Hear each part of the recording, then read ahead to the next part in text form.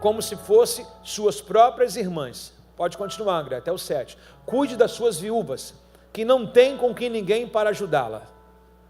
Mas, se elas tiverem filhos, ou até mesmo neta, a primeira responsabilidade deles é mostrar a devoção no lar e retribuir aos pais o cuidado recebido. Isso é algo que agrada a Deus.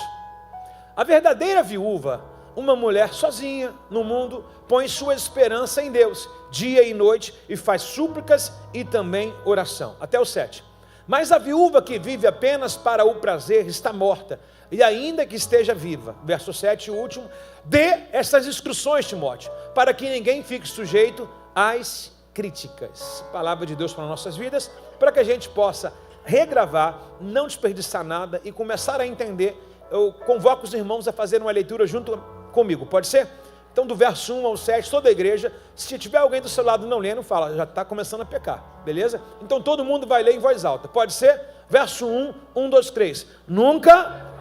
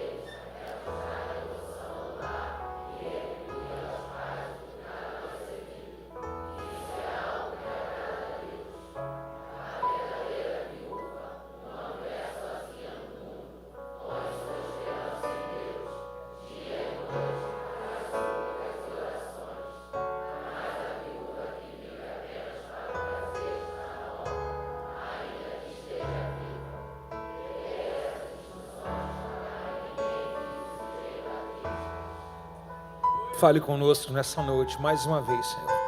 Que todas as palavras tenham destino para que tudo aquilo que nós possamos fazer possa estar de acordo com a sua vontade. Assim te oramos, entregamos esse culto e a palavra, o teu Espírito Santo, porque ele é a mediação entre nós e o Senhor. Assim seja. Pessoal, é uma carta dissertiva, uma carta de conselhos, uma carta no qual mostra todo tipo de relacionamentos. Se a Bíblia manda falar com alguém mais velho, sendo Timóteo novo, pegando ele como exemplo, tratando como se fosse o pai dele, é sinal que tudo que eu olho na Bíblia, se tem uma direção de Deus mandando fazer isso, é porque tem alguém não fazendo. Então a gente vai mergulhar agora dentro de umas palavras no qual Deus olhou para a igreja de Éfeso e falou, eu quero que essa igreja se relacione. E dentro disso, eu coloquei para vocês um título chamado de injustiças, ok? E eu coloquei também uma balança, no qual ela não deve ser pesada para um lado nem para o outro. Por favor, André, pode colocar o tema. E quando eu olho essa balança, eu olho que tem um dedo sobre ela. E quando é o meu favorito, eu boto o dedo para o meu favorito sobressair. Quando é alguém que faz parte do meu grupo, eu peso o outro, mas não peso o meu. Então, dentro dessa balança está um canal de escolha. O que é meu não sofre, o que é meu eu protejo, filho feio, não tem pai, né? E quando é tudo do meu grupo, da minha panela, da minha célula, da minha rede, do meu QI, eu protejo. Aí eu afundo o dedo na balança dos outros para aliviar o meu. E é mais ou menos o que estava acontecendo na igreja de Éfeso. Engraçado, uma carta de 12.000 anos atrás. Mas, né? Tão viva, tão verdadeira para o nosso dia de hoje. Pastor, eu li muito sobre viúva, onde vai dar isso? Nem todo mundo é viúva, calma, que tem as aplicações ditas viúvas que são iguais às nossas aqui, modelos de tratar e a quem nós devemos ajudar. E isso tudo não vai ficar somente aqui retratado, a igreja nossa não. Eu vim agora de gabinete com um rapaz, no qual ele foi falar alguma coisa sobre família, e quem sabe aí muito bem, eu estava com a minha mãe operada lá em casa, está operada ainda, mas está no processo de recuperação. A obrigação de cuidar da minha mãe, por exemplo, ela estava na casa dos meus tios que vieram a falecer agora recentemente os dois. E aí o sobrinho ela estava na casa do sobrinho. Eu falei, mãe, a obrigação de cuidar da senhora, sou eu, vim para cá para casa. De modo antecipada, eu e minha esposa já olhando, vendo casa para que as vós possam ficar com a gente, ou se minha mãe não quiser morar, pelo menos um lugar para ela se refugiar. Eu acho que é, primeiro, como nós lemos aqui, os filhos e depois os netos, o dever de cuidar das viúvas, né? Que a maioria delas são vós, né? Até porque eu vou entrar na dissertiva bíblica, que viúva para Timóteo ali, Paulo dizendo, é acima de 60 anos, cheio de critério, tenha gastado a sua vida em devoção a Deus, que seja hospitaleira, que ore de dia e de noite. Não é a viúva que fica no WhatsApp o dia inteiro.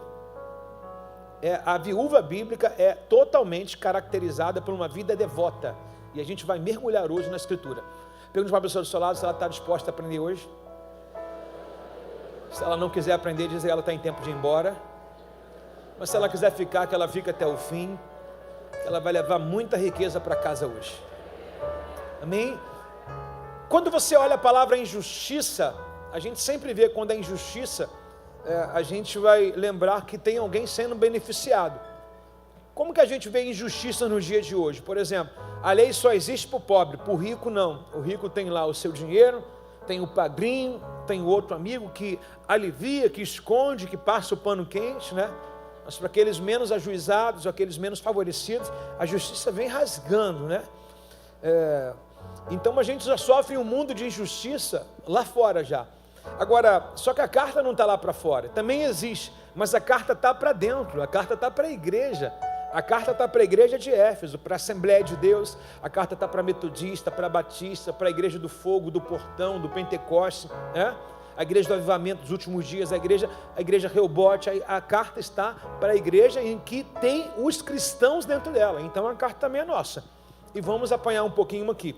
Por exemplo, no versículo 1 e no versículo 2, vamos se dividir aqui os subtítulos aqui. Versículo 1 e versículo 2 do capítulo 5, ele diz assim, ó, nunca fale, lembrando que nós estamos acompanhando a história de Timóteo, quem está acompanhando tudo, sabemos que Timóteo é jovem, não é isso, pessoal? Correto? Timóteo é jovem. Timóteo, não deixe que ninguém despreze porque tu é jovem, né? Aí Paulo vai mandar Timóteo ser exemplo. Então, automaticamente, Paulo está dando também uma catucada em quem? Timóteo. Timóteo, que comece por você, o jeito de falar com os anciões, né? Ó, nunca fale com dureza a um homem mais velho. Ou seja, mas o homem mais velho errou. Timóteo, ele errou, corrige o pecado, mas não com dureza, com raiva, com rancor, com ódio, né? Então é um conselho de Paulo. E Paulo diz para Timóteo que você falaria assim com seu pai? Não. Quantas vezes o nosso pai errou e a gente ficou de boca calada, irmãos? A gente não aceitava. Quem já viu aqui papai bater na mamãe? Não levanta a mãozinha, né? Você, bem pequeno lá atrás, você não conseguiria resolver a questão, você não conseguia falar com seu pai, nem pegar no pescoço dele. Porém, então, certamente dá-me a entender também que os filhos dessa época são diferentes dos filhos de hoje. Porque os filhos de hoje, os filhos estão sentando o pau na cabeça dos pais. Mas que tem filhos de batendo em pai, batendo mesmo de forma bruta, agressiva. E parece que isso aqui não é relatado, é só o falar. Então é só eu corrigir o jeito de falar.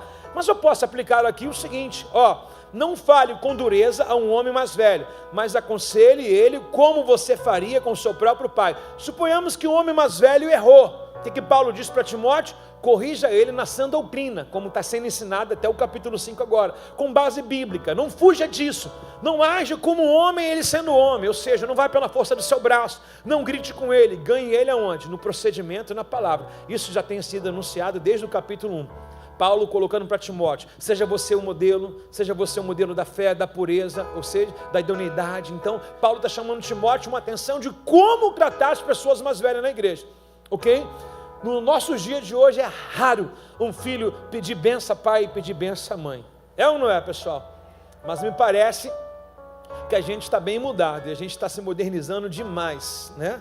E ele vai dizer mais uma coisa aqui, quanto aos mais jovens, aconselho como fossem seus irmãos. Os mais jovens, os jovens do sexo masculino, do mesmo sexo que Timóteo. Timóteo, entenda o seguinte, os mais jovens, pensem que você já teve a idade deles. Então não é que o Timóteo vai ser infantil, mas é que o Timóteo vai entender que na fase deles, talvez Timóteo não era o que era, né? Timóteo, pensa, quando você tinha 16 anos, Timóteo, quando você tinha 18 anos, aonde você estava? Aí a gente vai ter que sincronizar, deixar um pouco a vida de adulto e ser um jovem, um adolescente, para bater um papo, como Paulo diz, me fiz de tolo para ganhar o tolo. Não é ser menino como eles, mas é tentar entrar no papo deles, de modo que conduzir, de modo que ele se solte com a gente. Então o Paulo instrui Timóteo dos comportamentos adversos, um eclético aqui. Ou seja, Paulo está dizendo: Timóteo, você tem uma pouca idade, mas é média a idade para quem está lá em cima e é média a idade para quem está aqui embaixo. Agora imagina a cabeça de Timóteo, tem que ele mesmo ser eclético e dar conta dos idosos e dar conta dos adolescentes. Como é que pode? Uma hora você vai falar com um idoso, tem que entender que está com a vida já avançada, já cumpriu algumas tarefas da vida, E qual é a cabeça de idoso? Qual a tarefa que você vai dar na igreja para o idoso, Por aí dá um crochê, para fazer crochê, sei lá, crochê para fazer. Mas será que é isso? Então Paulo escreve para Timóteo querendo que os idosos sejam inclusos na vida da igreja, alguma tarefa para ela. Para quê? Para que seja de serventia. Contrapartida, virou a página, o Paulo já dá uma despencada para Timóteo absurda, dizendo assim, os mais jovens, caramba, eu tenho que pensar no mais velho, tenho que pensar no mais jovem. Lembra que eu falei aqui, curso de noivo, retiro de casais, casados para sempre, uma coisa eclética da igreja absurda. Do outro lado da rua nós temos uma igreja para criança, de 1 ano de idade, ali é de meses até 1 ano de idade, lá de 1 ano de idade até 10 anos, 9, 10, 11 anos de idade lá. Aí você muda, aí em cima das salas aqui tem salas de adolescente, de 12 a 15, aí muda, depois você tem que ter um sexta-feira, meu irmão, tem que ter uma cabeça para funcionar com todas as idades, ou seja, eles não estão nem aí para a idade deles, eles sugam de você, porque você tem que ter função para eles. É o que Paulo está capacitando Timóteo. Cadê os Timóteo do ministério infantil? Cadê os Timóteo dos teens? Cadê os Timóteo dos adolescentes? Cadê os Timóteo dos casados? É essa a função da igreja. E ele vai ainda andar mais um pouquinho dizendo, quanto aos mais jovens, aconselha como fosse seu irmão. No verso 2 ele vai dizer da seguinte forma: trate as mulheres mais velhas como se trataria a sua mãe. Já não é uma idosa, mas alguém mais velho, como se fosse a sua mãe. Ou seja, ele pede respeito às pessoas que têm mais idade que ele, independente da autoridade que ele tem, porque falar de autoridade é Timóteo, mas falar de respeito são as pessoas que já têm uma experiência de vida, e a gente não pode anular as experiências delas, também agregam valor para a gente, A vivência, como foi criado, qual foi a cultura, o grau de escolaridade, a experiência de vida, como foi casada, com quem foi casada, Tudo vai incluir. E Paulo dá essa forma para Timóteo entender a igreja, porque o Timóteo ele não vai pregar para a parede, ele vai pregar para a gente. Às vezes tem uma brincadeira que a gente faz aqui, deve ter gente de idade mais conservadora que fala, se eu sou pastor não falava isso, é porque você não dá com adolescente, você quer só um culto para você, egoísta, um culto da terceira idade. Mas a igreja, tem 2.000 pessoas aqui hoje, imaginem quantas idades aqui, quer ver? Até 15 anos de idade, levanta a mão, até 15 anos de idade. Até 15 anos, pode levantar a mão que não é vergonha não, viu? Porque os garotos de 15 anos não querem falar que ele tem 15 anos, eles já querem sentir adulto. Fala, não quero falar que tem 15 anos. Até 15 anos de idade, por favor. De 15 a 18, de 15 a 18. Olha só, de 18 a 20. De 18 a 20. De 20 a 25. Olha só, de 25 a 30. Gente, é muita gente. De 30 a 35. Tiago. Aí não, varão. Não, sério. Gente, de 30 a 35. Tiago. Tá com ansiedade, cara? Eu vou chegar lá. De 30 a 35. Ai, Jesus. De 35 a 40. De 40 a 45. De 45 a 50. De 50 a 55. De 55 a 60. De 60 a 65. De 65 a 70. De 70 a 75. Hora extra. De 75 a 80. Tem alguém não? 75 a 80. Eu estou segundo o Salmo. O Salmo falou 70 a 80. 75 a 80. Tem alguém? Dona Ilma, a senhora tem? A senhora tem 7,12. E muito mais jovem que o Tiago. Dá uma olhada. A senhora tem cabelo. Mas você está entendendo? A dona Ilma está aqui, a dona Emília, a minha sogra está aqui à frente, a dona Nádia. São pessoas, né, que devem o nosso respeito à igreja. Me perdoa se estou faltando alguém aqui nessa colocação. Mas são pessoas já com idade, com experiência. Possivelmente todas elas são vós já. Se encaixa algumas aqui dentro disso aqui. Eu tenho que falar para elas aqui. E tem que ser ponderado, delicado ao ponto de não quebrar nenhum princípio no qual ela acha que o que eu falo que não tem a ver. Mas eu tenho uma idade X, que esse dia eu estava lendo uma reportagem, em que evoluiu hoje, e eu esqueci o nome, em que se dá para a geração de hoje. Alguém me lembra? Quê? Não, avançou o negócio. Beta, geração beta agora. Faz, gente do céu. Já está em outro patamar. Tenta fazer um culto com a geração beta e com a geração, né, da avó. Vai dar ruim. Se você começar a puxar para a linha de um, o outro vai falar, não devia ter nesse culto não, esse culto é das coroas. Vou falar isso. Mas se você fizer um culto para nossas vozinhas, os adolescentes vão dizer assim, qual é desse pastor aí? É o que Timóteo está enfrentando. Só que, irmãos, a gente não deve agir com escolher o parcial. Tem que ser imparcial. Nada de parcialidade para ninguém escolher do lado e etc e tal. Eu acho que as palavras são para todos. Para os jovens que ainda não alcançaram essa idade, eles têm que olhar para elas. Ok? E elas, é assim que a Bíblia diz, né? Elas com mais idade têm que olhar a força do jovem. Então um apoia o outro. Um transfere experiência e o outro transfere juventude. Prazer em viver ainda. É isso que ele mostra para a gente. Ele diz sobre as mulheres, tem que tratar como se fosse a nossa mãe. E olha só, que detalhe desse versículo. E as mais jovens, que são meninas, lembrando que o Timóteo é homem. As meninas, com toda a pureza, como se fossem suas irmãs. Ou seja, Timóteo, não cometa um incesto. Qual o conselho de Paulo? Elas são suas irmãs. E o que acontece hoje é alguém apacentando de maldade. Alguém apacentando, mas com a cobiça, com um desejo. E Paulo dá um conselho para Timóteo, que ele deve ser eunuco para aqueles que Deus deu a arrebanhar-se com ele. Timóteo tem que tratar as meninas, mas sem ter desejo com elas. Então Timóteo tem que colocar na cabeça, é minha irmã. Timóteo tem que olhar para as meninas do queixo para cima, não pode ser do queixo para baixo. Isso serve para todo mundo. Está comigo ou não está? Devia, né? Então nós não podemos olhar. Aqueles que lideram não podem apacentar as suas próprias ovelhas de forma intencional. Deus te deu uma vida para apacentar, não uma vida para você possuí-la.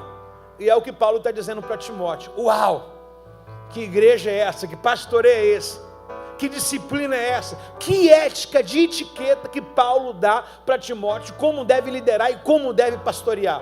Se todos os pastores lerem essa carta e toda a liderança, acabariam os escândalos na igreja.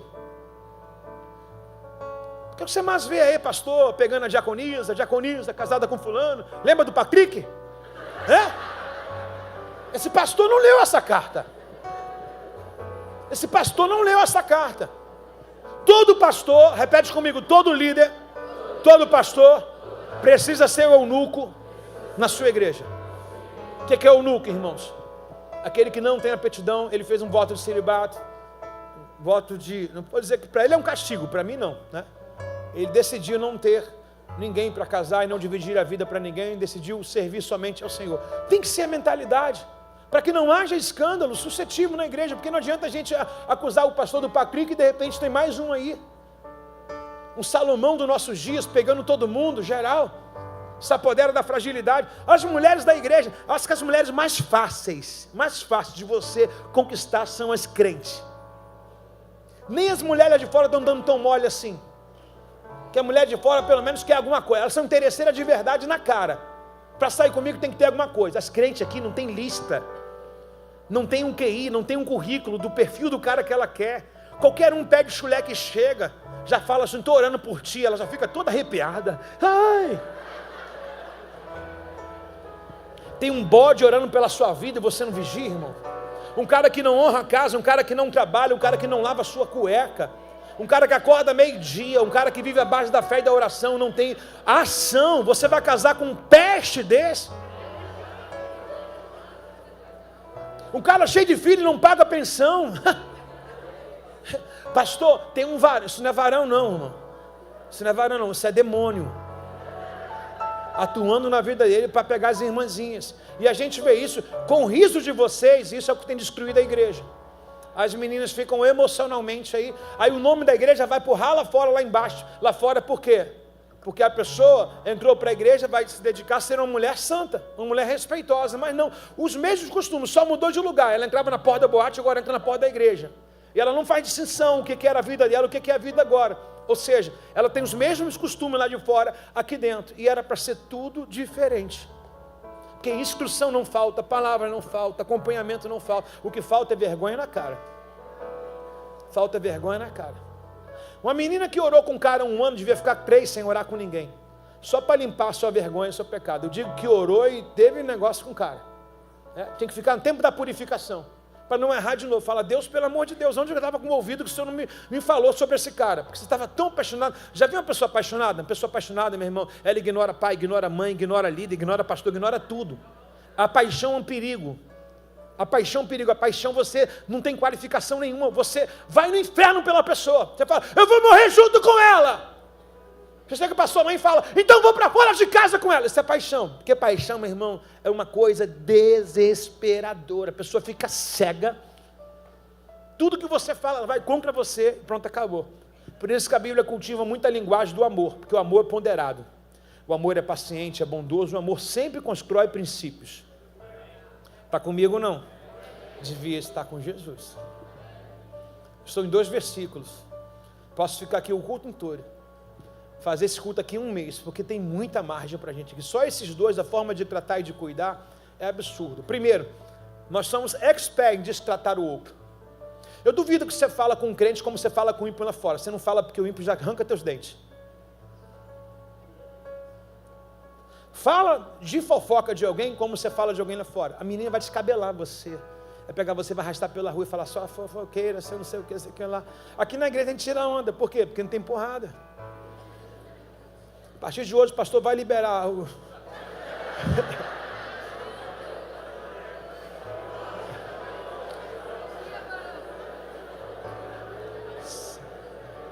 Porque lá fora ninguém fala. Você olha para uma mulher de bandido? Você olha para uma mulher de miliciano? Tem alguém confessando. Você olha para uma mulher de bandido? De um cara lá viradão? A mulher do cara está passando, você olha, mas na igreja você olha as irmãzinhas. É o que Paulo está dizendo para Timóteo. Você não pode olhar a maldade. A gente que é cristão tem que olhar o propósito, irmãos. Não é olhar o corpo, olhar quantos centímetros tem de bumbum, de peitorinho. Não, nada disso, nada disso. Tem que olhar o propósito, porque Deus não vai juntar pessoas, Ele vai juntar o propósito. Então tem muita gente que está se juntando com pessoa, por isso está dando choque. Está juntando com o quê? Com a carne, com o mundo visível. Estou dizendo para você arrumar alguém fora daquilo que você planejou a vida inteira. Talvez você não é essa Coca-Cola toda também, né? Mas, de repente, arruma alguém, irmãos, do mesmo propósito, que quer as mesmas coisas espirituais que você. Vai arrumar alguém abaixo de você, você vai afundar junto com ela. Já falei, um cara apaixonado, ele afunda, ele não sobe. Olha só o que Paulo dá conselho para Timóteo aqui. Cadê o Timóteo dessa noite aqui? Não, levanta a mão lá em cima, fala, sou eu mesmo. O nosso jeito de pensar. Cadê nossas paciências com as irmãzinhas aqui? Quem já se preocupou em perguntar se a dona Emília está bem, né? Quem já sentiu falta dela? Por diversas vezes senti falta da dona Emília, já mandei mensagem na hora, né, dona Emília? Ô, Michel, cadê a dona Emília? Está faltando, né? A minha sogra que está aqui, são pessoas do banco do INSS, quem já veio visitar elas aqui? Né? Eu já falei, eu vou pedir até os pastores que reforcem isso. Para mim, um banco desse tem que ser todo acolchoado, tipo poltrona. E quem sentar, a gente vai pegar no pau. Tem que ser o banco delas. É ou não é?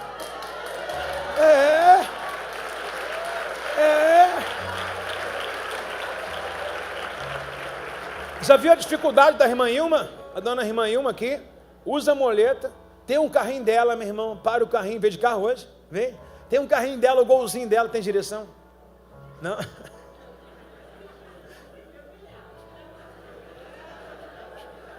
Pastor, eu tentei ir para Rehobote, mas o carro não quis virar. Acabei indo para a igreja ali, Consolação, né? A dona Ilma, muito amável, está aqui, ó, tem uma dificuldade, vai agora passar por uma cirurgia. Quem vai na casa dela visitar? É trabalho da igreja. Quem vai na casa dela visitar? Dona Ritinha? Está aí hoje não, né? Aí já é querer demais, né? Veio domingo, né? Dona Ritinha mora lá no quilômetro 32. Veio domingo para a Santa Ceia. Estou devendo uma visita a ela. Faço questão de sempre beijá-la, abraçá-la. Domingo tiramos foto aqui. Juntando as duas, deu a Arca de Noé aqui. A idade, falando de idade, tá brincando. Dona Emília, ou Dona Vilma. As duas daqui, ficou uma disputa assim, sabe? Eu me senti um galã, né? Porque uma puxando para cá, outra puxando para lá, eu falei... Muito gostosa, assim, a forma carinhosa no qual elas tratam a gente. E a igreja deve retribuir isso, se preocupar com elas. A senhora está bem? Quer que eu pegue uma água para você? Ela tem uma garrafinha dela ali. Até ela levantar, o culto já terminou e voltar, porque... Não! Gente, vocês estão brincando, pô. Eu estou falando... Eu só estou falando a verdade.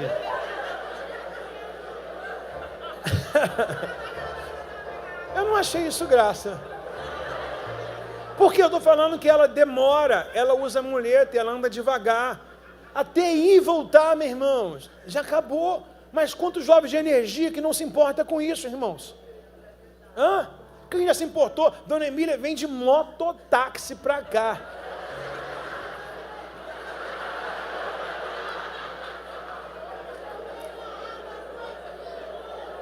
A Dona Emília. Ela vem de mototáxi para cá. Quem já se preocupou em passar lá nos apartamentos da Coral 100 e falar: Dona Emília, estou passando para te dar uma carona. Irmão, talvez você quer entrar no ministério. E existe esse ministério que a Bíblia não menciona, mas que são mais valiosos que aquele que te expõe, que todo mundo vê. São esses ministérios em que a Bíblia diz para a gente. Estou em 2 versículos, fica aqui o culto inteiro se você quiser. O modo de tratar, o modo de enxergar a igreja, o modo de enxergar a quem de fato precisa da gente, como tratar o seu irmão, sem aspereza. Não estou dizendo que você vai dar uma bronca, mas também dá o resultado, porque não adianta também só dar bronca e não mostrar o caminho. Mas ele ensina como tratar o mais jovem, da idade dele, como tratar o mais velho. Ou seja, Timóteo vai dar uma chamada na Dona Emília, olha para ela como se fosse sua mãe. Como é que eu vou chamar a atenção da minha mãe? Timóteo vai falar com o mais velho como se fosse seu pai. Como é que eu vou chamar a atenção do meu pai? Entendeu? Então, o jeito de falar, a manha, a educação, o princípio para se falar. O que ele pede para Timóteo? Respeite os mais velhos. Se iguale às pessoas. Entenda que um dia você teve essa idade. Está comigo aí, não? E o que eu acho mais fantástico é ele terminar dizendo sobre a pureza. Isso eu acho uma coisa muito significante a ser colocado. Tira a maldade, esse homem mau, esse homem perverso, no coração. A igreja não é lugar para você falar, vou namorar. Aqui é lugar para você cultuar. Timóteo manda ele tratar todas as irmãs com pureza, sem maldade. Não é você ficar bisbilhotando o Instagram e ficar curtindo a foto da menina para ver que ela curtiu sua foto, sem sangue. Fica lá ofertando as meninas no Instagram, fica olhando a menina, aí procura no Instagram, aí vai lá e fica curtindo a foto dela para... Não, irmão, ore um pouquinho, sem sensualidade, sem interesse. É o que Paulo coloca para Timóteo, e hoje nós estamos mercê dessa palavra. Quem recebe isso aí? Dá glória a Deus no seu lugar, então. E ele dá mais conselho ainda a Timóteo, agora entrando no relacionamento com as nossas viúvas, ok? Verso 3 e 4, cuide da dona Ilma, cuide da dona Irene, cuide da dona Nádia, cuide da dona Emília, mas de quem? Da Nilceia, cuide da Nilceia, então lá em cima. Nilceia, dona Nilceia, vamos botar uma cadeira especial para a senhora aqui, tá bom? Você vai vir sentar na frente aqui. Vamos mudar. Nós prometemos diante de Deus que até 2050 a gente muda essas cadeiras. Já botei o prazo lá em cima, né? Vamos lá. Cuide das viúvas que não tem ninguém para ajudar. Repete comigo, irmãos, por favor. Cuide das viúvas que não tem ninguém para ajudar. Qual tipo de viúva? Que não tem ninguém. Que tipo de viúva? Por exemplo, dona Ilma, a senhora tem filho? A senhora tem neto? Beleza. Tia Irene, a senhora tem filho? Tem neto? A senhora tem filho? Tem neto? A senhora tem filho? Tem neto? A igreja está isenta do cuidado delas. Eu digo o financeiro. E algumas outras coisas. Porque não cabe a gente ser responsável quando tem filhos irresponsáveis. Que caia sobre eles o sangue, não sobre nós. Temos que ter muita coerência para pregar isso aqui. Ok? E os filhos vão receber paulada na cabeça hoje. Está comigo ou não está? Devia se agarrar em Jesus agora. Mas se elas tiverem filhos ou netos, a primeira responsabilidade é deles. E demonstra devoção no lar e retribui aos pais o cuidado recebido. Isso é algo que agrada a Deus. Qual é o tipo de culto que Deus quer? Que os filhos cuidem das suas mães. Todo mundo pega o versículo, quem já leu o versículo 8 de forma isolada? Por exemplo, quem não toma conta da sua casa, principalmente os seus, é infiel e negou a fé. Olha onde o versículo está sendo apregoado. Olha onde ele está sendo explicado. No verso 8 que a gente vai avançar. Então, quando se tem filhos ou neto, a responsabilidade é dos filhos e do neto. Por exemplo, você tem plano de saúde? Entre você e sua mãe, a prioridade é dela. Corte o seu plano, mas alimente sua mãe. É a realidade bíblica, irmão. Você está comendo carne? Se sua mãe não tiver, sua avó não tiver, você deve partir para outra coisa e dar a carne para ela. O que a Bíblia ensina? Que a verdadeira devoção é aqueles que cuidam de alguém que um dia cuidou de você. Eu lhe garanto, que minha mãe passou fome e deixou de comer para dar para mim e para os meus irmãos comerem. Eu tenho memória na minha cabeça que a minha mãe fazia aquele bolinho e falava para a gente, é quibe, mas era feijão amassado com farinha. Ela falava que era quibe para a gente, né? Quibe da pobreza, quibe do Lula, né? Ela fazia o quibe e dava para a gente. E eu lhe falo agora que eu sempre reparei, minha mãe nunca mastigava. Era sempre na boca. Pensa num passarinho dando alimento para 3 filhotinhos. Minha mãe dava para o irmão, para o outro irmão e para mim, e a vez dela, nada. Eu acredito que minha mãe já deixou de se vestir para vestir a gente. Minha mãe fez uma cirurgia agora, graças a Deus não foi de saúde, foi de estética. Minha mãe fez uma plástica agora. Ela tem a vaidade, eu entendo que isso é motivo dela continuar a vida, mas eu entendo que aquilo que sobrou de pele dela foi se gastando por mim, pelos meus irmãos. Se eu não puder ajudar minha mãe agora, eu sou muito miserável, mas muito miserável. E a igreja peca pra caramba nisso. E quando não, a gente acha que cuidar da mãe é botar num asilo. Já experimentou pedir conta do teu trabalho para você cuidar de quem cuidou de você? Talvez pediu para sair do trabalho para te dar leite de amamentar e cuidar. É a lei da vida. Um dia você recebe e no outro dia você dá. Experimentou isso? Pedir demissão para você cuidar, não fazer nada para te dedicar àquela que um dia dedicou você, deu de cuidar de você, te ensinou a você o que é a vida, o que é a lei. Porque eu não tenho paciência. Irmão, minha mãe está em casa há 71 anos. Ela já começava repetindo as mesmas coisas. É o mesmo assunto 10, 20 vezes ao dia. Mãe, já é a terceira. Desculpa, tá bom. Aí meia hora depois, a mesma coisa. Mãe, só está repetindo, vou te levar no médico, mãe. Aí ela já jogava com o sarcasmo dela, saía pela colateral, entendeu? Mas é divertido. Falei com a minha esposa que eu pagaria o que for agora. A gente está em teste, estamos querendo sair de onde nós moramos para ir para uma casa bem inferior ao que eu moro, só porque tem 6 quartos. Para que ela sinta vontade. Falei com ela, mãe, não precisa ficar aprisionada aqui não, sinta-se um passarinho, vai, voa, faz viagem. Depois volta para cá e descansa. Vem para cá, enjoou da gente, voa de novo. Depois volta para cá. E se a gente enjoar da senhora, a gente que vai voar. A senhora que vai ficar aqui. Eu levei ela agora, devido ao Consolidando, falei, mãe, esse Consolidando eu preciso agregar os pastores que vão vir. Então os quartos lá de cima vai ser tudo para eles que vão vir com família, tal. E eu vou deixar tudo preparado para a senhora agora de comida, e no sábado eu venho aqui, passo um tempo com a senhora e depois eu vou de novo, mas domingo a gente está junto. Ela, já que você vai ficar esse tempo, deixa eu ficar na casa do irmão. Eu fui lá e deixei ela na casa do meu outro irmão. Aí já quis me dar o golpe. 5 minutos vindo para cá, o meu irmão falou, ela está mandando eu levar ela lá na casa dela. Eu falei, não, ela acordou comigo de ficar aí. Eu falei, mãe, a senhora agora tem 71, não se manda mais. Eu que sou responsável pela senhora. Entendeu? Me deu golpe, cara. Eu falei, eu quero pagar do meu irmão. Aí já quis dar o rolezinho dela. Eu falei, não vai.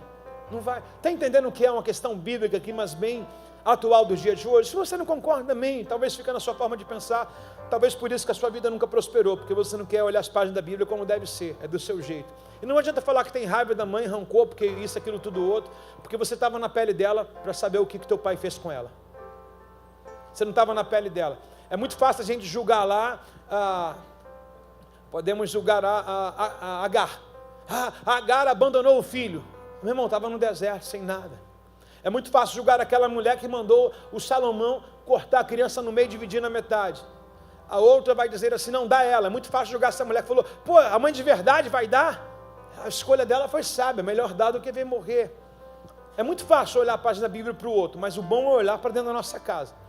E o que a gente mais tem errado é o primeiro culto que começa dentro da nossa casa, cuidar dos nossos. Está comigo aí, irmãos? O assunto é sério, porém muito problemático para muita gente. Vamos avançar aqui, por favor. A verdadeira viúva, critério geral. A verdadeira viúva, no verso 5, é uma mulher sozinha no mundo que põe sua esperança em Deus. Então, a verdadeira viúva é uma mulher sozinha no mundo que põe sua esperança em Deus. Dia e de noite ela faz orações e súplicas. Então, qual é a viúva da Bíblia? Aquela que tem filhos e netos não é viúva. E aquela que não vive uma vida devota de oração também não é viúva. Então qual é o tipo da viúva? Lembra que eu falei que eu vou aplicar isso para a igreja toda? Quem é que nós devemos ajudar? É sobre isso. Quem é que nós devemos ajudar? Quem tem família? Que a sua família cumpra o princípio. Não a igreja, não eu nem você. Porque a gente está morrendo por pessoas no qual a gente não deve morrer. Porque tem a família para cuidar primeiro. A família dele, senão fica pesado para todo mundo. Está comigo? Mas a viúva que vive apenas para o prazer está morta, ainda que esteja viva. Dessa forma, ou nessas instruções, dessas instruções para que ninguém fique sujeito à crítica. Ok? O que Paulo chama atenção para Timóteo? Primeiro, critério geral para as viúvas. Primeiro, se tiver filho e tiver neto, ela já não é viúva.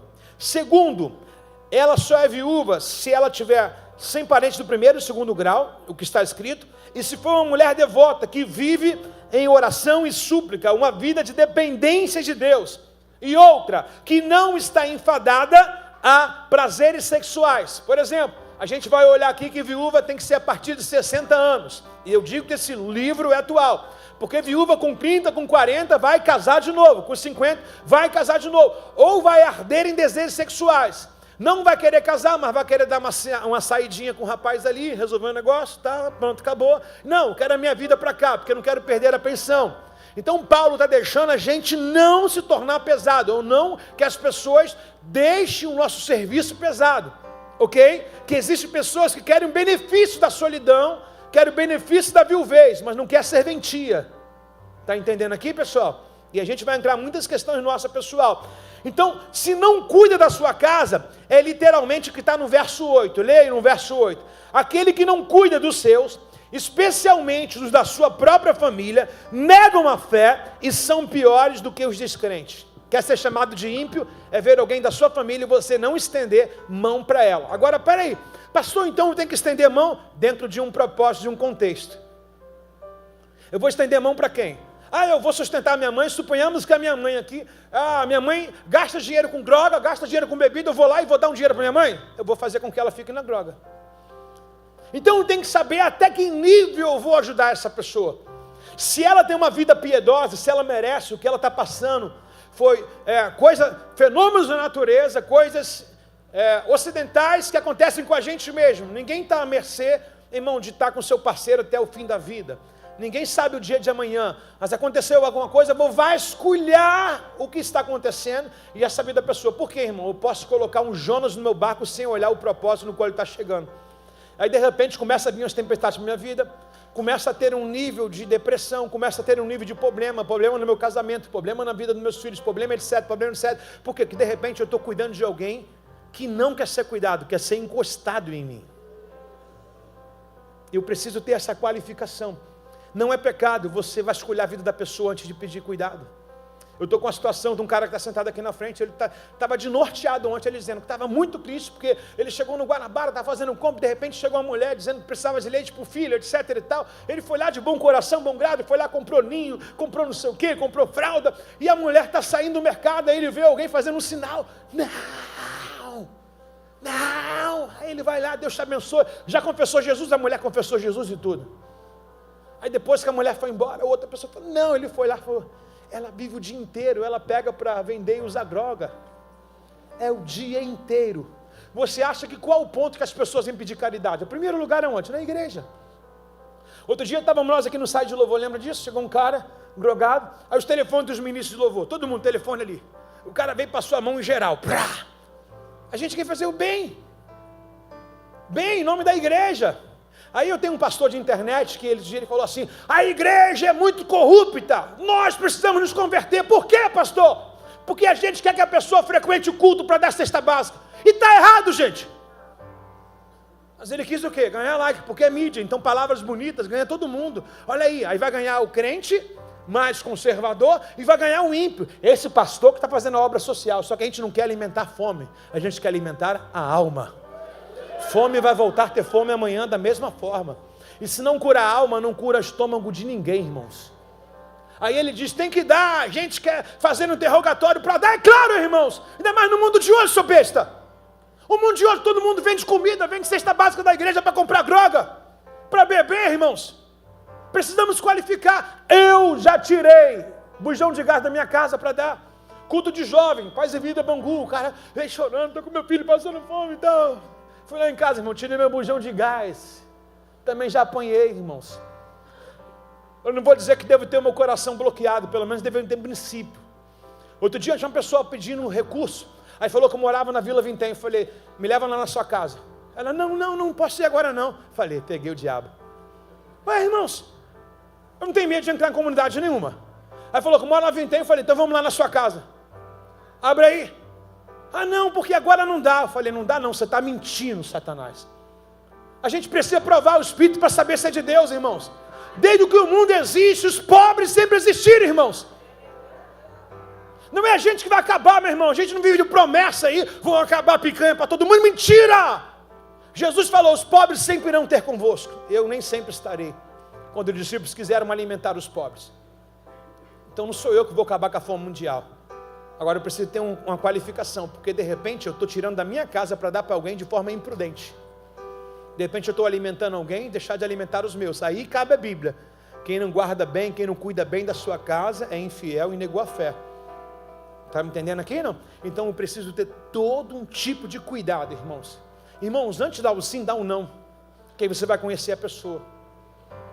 Por exemplo, alguém na rua pedindo alguma coisa para você. Ai, me ajuda. Você fala, não tenho. Não tenho. Porque biblicamente aquela mulher que veio falar de comida para os filhos, Jesus falou assim, ó, não é lícito tirar dos filhos e dar para os cachorrinhos. Ela falou, Senhor, até os cachorrinhos comem da mesa. Aí você vai ver um tipo de necessidade da pessoa. De repente ela pega um telefone e fala, olha aqui, vou fazer uma chamada de vídeo, olha aqui, esse aqui é meu Instagram, olha aqui, essa aqui é minha filha, olha aqui. Então você vai vasculhar, vai fazer com que a pessoa, meu irmão, se abra para você. Porque, irmãos, no nome da fé tem um monte de gente sendo enganada, e pela fé tem um monte de gente sendo idiota. Está comigo, irmãos? É um alerta da igreja. Por que o que te machuca? As pessoas te decepcionam na fé. Você fala, eu era do mundo, fui para a igreja, poxa, e lá todo mundo é igual. Irmãos, pessoas são pessoas lá fora e aqui dentro. A diferença é se a tua mente mudou, se o teu conceito mudou, se você se tornou uma pessoa nascida de novo, para saber dessas coisas. O que tem de gente usando o nome de Deus não é de hoje. Jesus falou no dia dele, usarão o meu nome, dirão, Senhor, Senhor. Ele vai dizer, apartai-vos de mim. Então, irmãos, tem nome de gente, tem um monte de gente usando o nome da autopiedade. O cara tem um cigarro no bolso, ele vai te pedir alguma coisa na rua, ele olha para você, está bem vestido. Se você fala alguma coisa, referência, irmãos, olha a expertise. Uma pessoa que vai te pedir alguma coisa, ela já passou por você 2 vezes, já ouviu. Esse tipo de gente é malandra, gente. Ele já viu você comprando, já viu você no telefone falando com alguém. Se você deu a paz do Senhor para alguém no telefone, ele já vai chegar com essa linguagem. Oi, irmão, Deus me falou que hoje alguém ia me abençoar. Vai ser assim. Vai ser assim, vai usar a sua linguagem. O tipo de roupa, se você tiver com uma Bíblia na mão, irmão, já deu toda. O cara vai para uma igreja, ele está com a marca de aliança por muito tempo. Aí tira a aliança, o pastor, esse Fusaway aí, vai pregar olhando para quê? Tirou a aliança. Aí vai querer revelar em cima do que está acontecendo. Ontem fazer um casamento. O menino do casamento ontem. Falei isso com a autorização dele. Que eles ficaram super nervosos. Amanda sempre emite o certificado da igreja com o certificado do cartório. Casou, a certidão, a habilitação está em mãos, eu emito pela igreja, anexo lá e fica lá, casado pela igreja também no modo religioso. Beleza. Aí eu falei, fulano, a Amanda falou que você não mandou a certidão de casamento, eu não faço casamento assim não. Não, pastor, porque o rapaz do cartório falou que eu vou assinar aqui na hora. Eu já conheço como que é todo o trâmite. Eu falei, rapaz do cartório? Qual rapaz do cartório que vai no dia do casamento? Nunca! Vai assinar na hora. Tu já deu algum valor para ele? Quando ele falou quanto me deu e quanto tinha que dar, eu falei, é esses que venderam um casamento aí. Esse que vai lá e pega a tua assinatura, dizendo que teu casamento é 500, 600 reais, e ele vai lá no cartório, pega o teu nome, pega a tua assinatura, que você vai declarar que tem insuficiência financeira, que você é pobre de extremo, ele vai e pega a tua condição de casamento grátis, vende para você por 500. Aí o rapaz chamou, falei, não, deixa ele embora não, fica que eu tô chegando aí, fala com ele que eu quero falar com ele. Aí estava lá, um cara desse tamanho, com a mala assim. Aí falei, aquele cara lá? Dá para ver pelo jeito. Todo folgadão, né? Luz aberta aqui assim, mastigando os créditos. Aí falei, irmão, tudo bem? Qual é o seu nome? Sou pastor Bruno. Eu falei, pastor Feijão. Um prazer. Qual é o regime do casamento dele que você está fazendo? Eu estou fazendo um religioso, mas eu quero saber o estado civil dele. Que documento que ele vai assinar que você não deu entrada no cartório? A habilitação está aí? Não, ele vai assinar o documento, eu vou dar a entrada, daqui a 45 dias sai. Eu falei, vem cá, por acaso você está na lei da insuficiência financeira, estado de pobreza? Não, aqui. Falei, não, você está enganando ele, você falou que era pastor. Não, eu também sou pastor, sou responsável, sou pastor presidente de uma igreja. Eu falei, não tenho nada a ver com isso. Você está ganhando em cima dele, seu fanfarrão. Ele não vai fazer esse casamento. Olhei para o noivo e falei, calma, não criamos pânico. Que o noivo ficou afrouxou a gravata, tudo, agora não vai ter mais casamento. Eu falei, não assina essa porcaria. Você está assinando um atestado de pobreza, que você vai casar debaixo de maldição. Falei para ele, agora você vai pagar o preço. O que você pagou a ele, esse fanfarrão não vai te dar de volta. Falei, pastor, obrigado, tchau, um beijo. Agora eu vou fazer o teu casamento hoje religioso com efeito civil. De que forma? Eu casei ele pela igreja e agora ele vai ter que assinar um termo.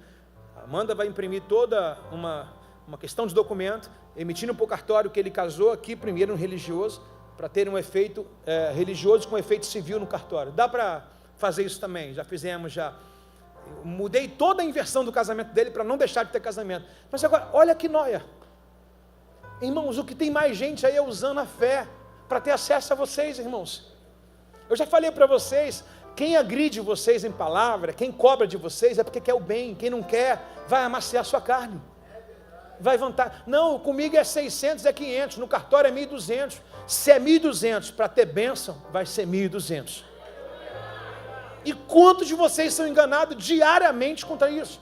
Olha como a experiência de vida nossa a gente vai, ele vai dizer, aqueles que não cuidam, no verso 8, dos seus, especialmente da sua própria família, negam a fé e são piores do que o descrente. Quer ser chamado de ímpio, irmão, é deixar a sua casa vulnerável. Quando eu digo a sua casa, dentro do contexto, sabe que é a sua avó, né? A sua mãe, né? Quem tem mãe aqui? Quem tem vó aqui? Segundo o texto, a primeira e segunda geração, tanto para cima quanto para baixo.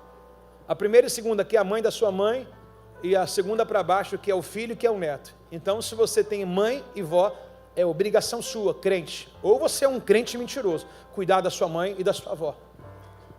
Filhos e netos. Não adianta ficar tirando onda com um carrinho para lá e para cá com um iPhone se a tua avó está passando necessidade. Isso é coisa do inferno. Isso é um crente infernal, irmãos. Se a tua mãe não tem plano de saúde, você está errando, está pecando. A prioridade é ela. Porque ela teve a prioridade de anular a vida dela por um tempo para dar vida para você. Tem alguém comigo aí? Não? Bom, pelo menos a Bíblia exclui. Se quiser aprender, aprende. Verso 9 e 10. A viúva, incluída na lista para receber sustento, importante, tá? Deve ter pelo menos quantos anos? 60 anos para cima, tá? E ter sido esposa de um marido só. Mais critério. Qual o tipo de viúva? acima de 60 anos, que teve quantos maridos? Se a mulher teve 5 maridos, é viúva do último, dá para ver o nível de confusão que ela tem na cabeça. E quer ter responsabilidade na igreja. Alguém casou 5 vezes, obedeceu a Bíblia? Errado era os maridos, né? Ela casou 5 vezes, errado era os maridos, né? Que nóia, né, irmãos? Olha como que a Bíblia alimenta a gente. Olha como que a gente tem tanto amparo, irmão. Porque lá em cima, lembra que ele falou assim, ó, faça isso para que ninguém te critique. Porque, olha lá, a igreja não cuida das viúvas. Peraí, que viúva que você está dizendo? A viúva que tem um filho? A viúva que tem um neto? Não é responsabilidade minha não, irmão, da igreja, é da família. Senão você vai ser criticado e taxado como alguém que não cumpre as páginas da Bíblia, mas errei por não conhecer o quê? A Escritura. E hoje está sendo aberto para todo mundo. Se alguém já conhecia, assim seja. Está comigo ou não está? Deve ser respeitada pelo bem, importante demais. Deve a viúva ser respeitada pelo bem que praticou, como alguém que soube criar seus filhos, foi hospitaleira, serviu ao povo santo com humildade, ajudou o que estava em dificuldade e sempre dedicou a vida a fazer o bem.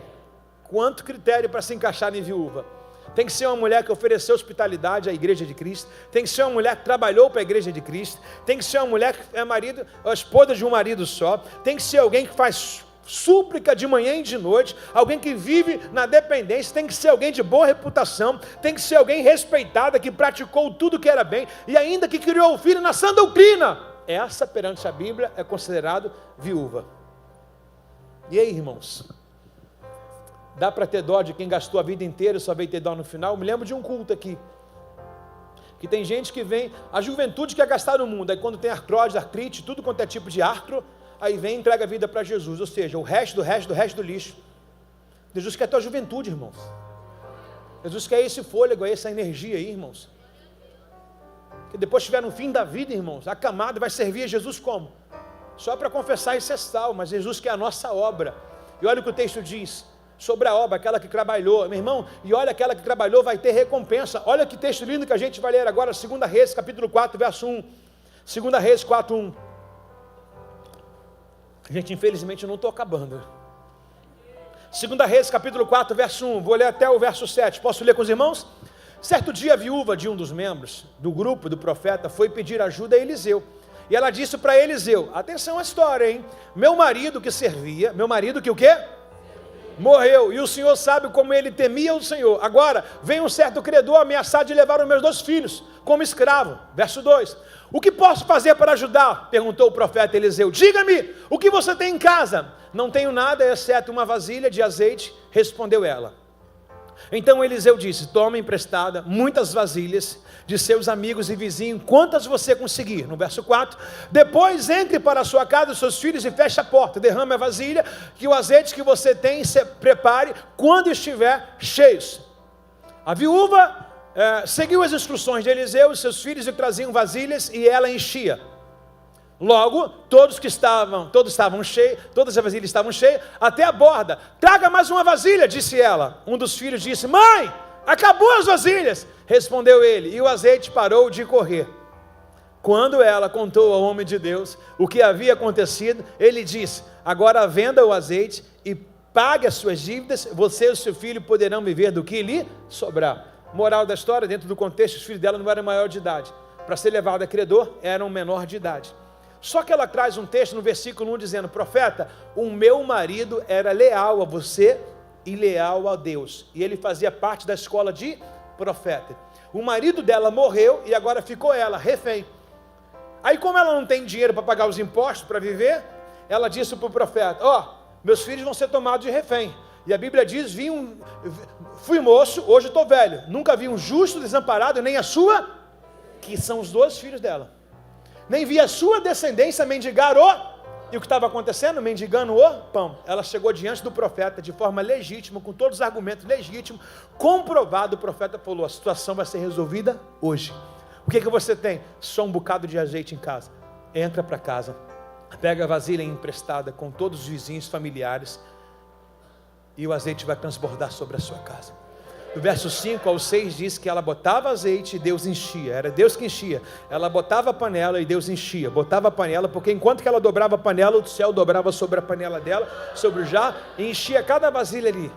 Ao final do texto diz que ela apresentou para o profeta a solução: olha, tem muitos azeites, vende, paga o que você deve e vive do resto do dia para sempre. Pergunta que não quer calar: tem viúva e tem gente querendo que Deus encha, que a igreja encha, mas nunca tem o histórico de servir a igreja.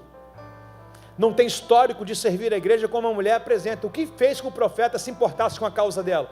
Seu marido era leal, ele já serviu muito ao meu ministério, já serviu muito a Deus, também era um profeta junto com o meu. Por alguma coisa ocidental da vida, o marido veio a óbito, morreu. O que Eliseu falou para ela? As suas obras jamais serão esquecidas.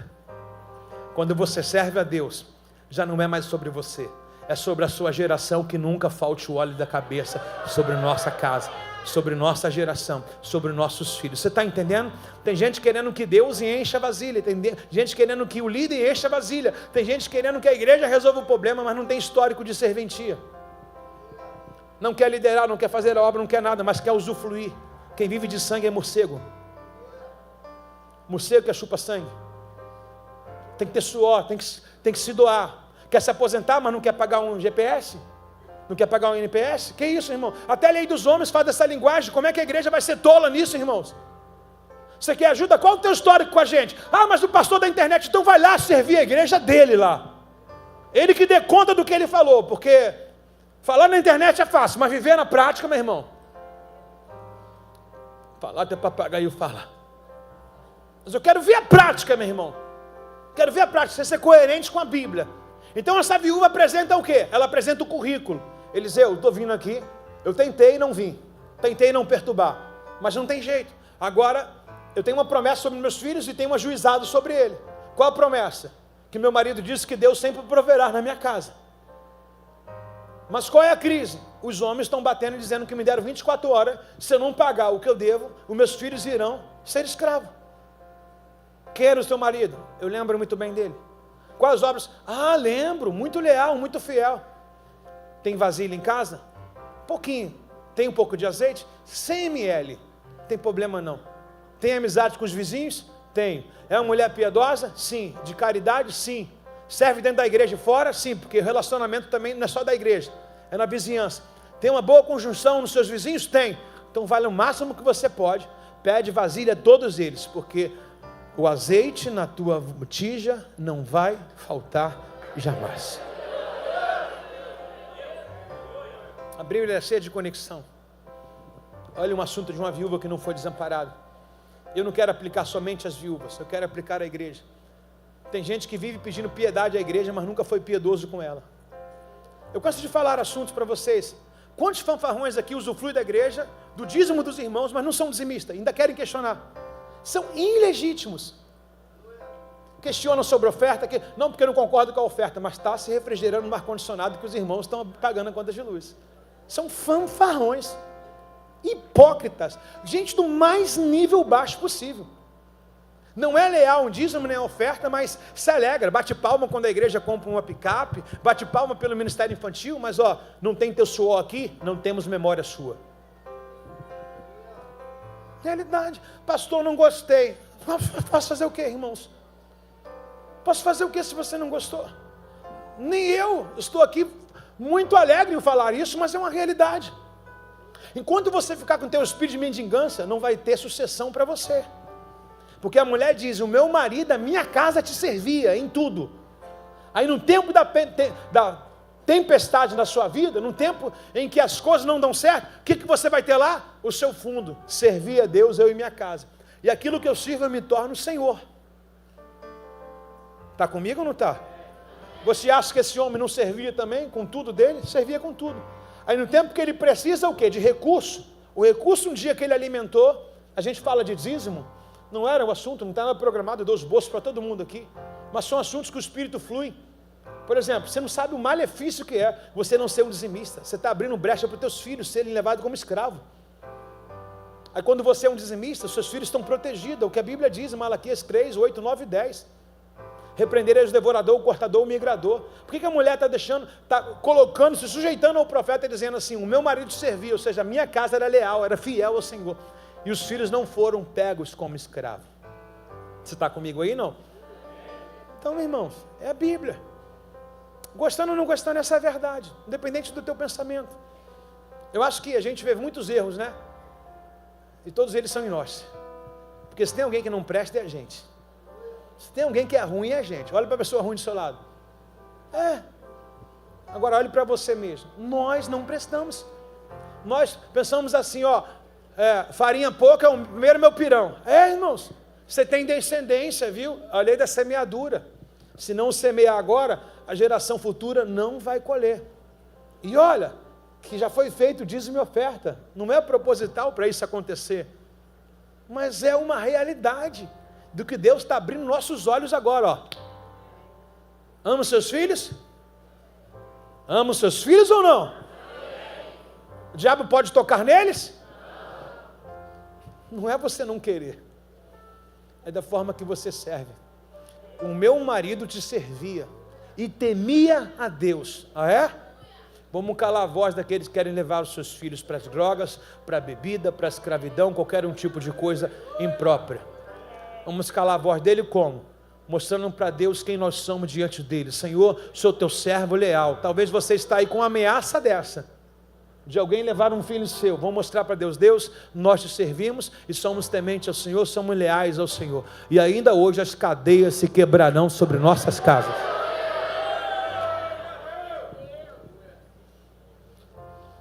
Uau! Posso respirar? Verso de número 9. De Gálatas capítulo 6.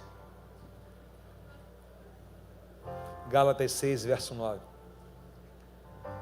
Portanto, obrigado André é muito rápido. Portanto, não nos cansemos de fazer o que é bem. No momento certo teremos uma colheita de bênção, se não desistirmos. Ok? Verso 10. Por isso, sempre que tiver uma oportunidade, faça o bem a todos, especialmente da sua própria. Quem semeia na família sempre tem colheita. Dentro de tudo, irmãos, dentro de tudo não esqueça os critérios no qual nós estamos ouvindo. Não somos bobos. Ok?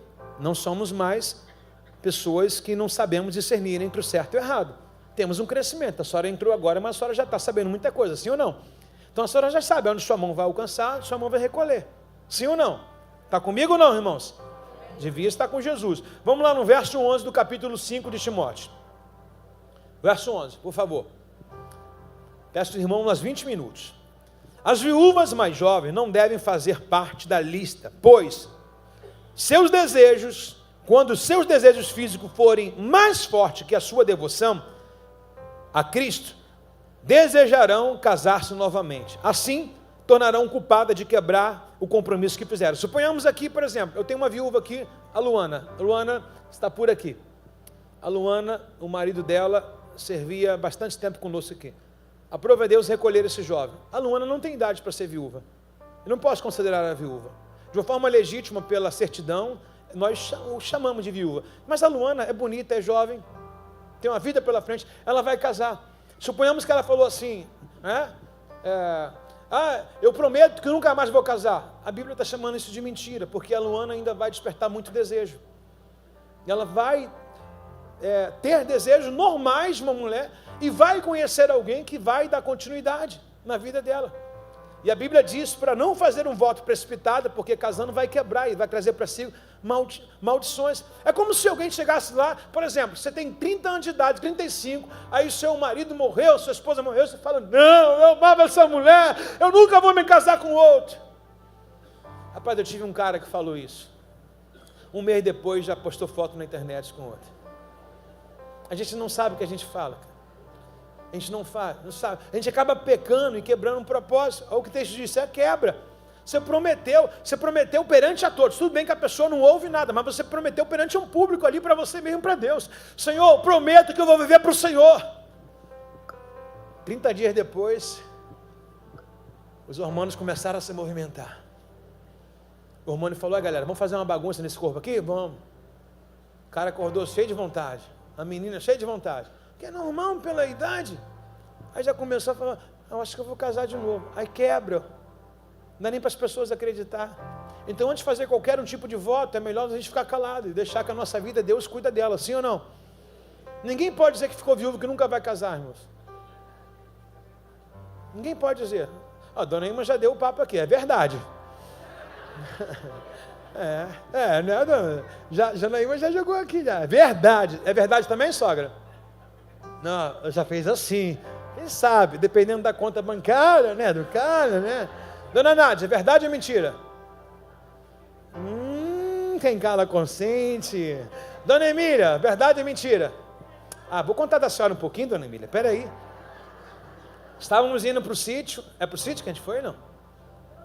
Estava indo para o sítio onde você falou, para o sítio. Réveillon, estava indo para o Réveillon, dona Emília entrou no carro, pastor, tem carona? Eu falei, para a viúva tem carona, claro, dona Emília, cumprindo a Bíblia. Dona Emília chegou e falou, pai, ela me chama de pai, gente, 60 e quantos anos? 61? 75, me chama de Aba. Quando eu estou do lado da dona Emília, eu me sinto um Deus, gente, Aba. Estou brincando, irmão, não é isso não. Aí o carinho que ela tem, o respeito, já serviu o espiritismo 40 anos, sabe muito bem que a hierarquia respeita. Aí ela falou assim, Aba, teve um cara que estava me seguindo, eu passava, eu vi ele me seguindo, né? Aí ele buzinava, eu falei, dona Emília. Aí ela falou que chegou em casa, falou pro filho, ô Cacá, tem um cara me seguindo aí, e ele me chamou para jantar. Pega isso, olha o nível da dona Emília, me chamou para jantar. Mãe, o cara de boa, cuidado aí mãe, não, fica tranquilo. Aí ela falou, o que você quer? Ela falou assim, qual Deus que você serve? O cara, como assim? Ela falou, eu sou cristã e sirvo a Jesus, o Espírito Santo e a Deus. Aí o cara fez assim. Aí o que você quer comigo? Não, porque eu tomo uma cervejinha, já não serve. Não, mas eu queria jantar para conversar. Dona Emília falou assim, aonde você vai me levar para jantar? O cara falou, ali na praça tem um churrasco. Ela falou, você vai me levar para um churrasco na praça?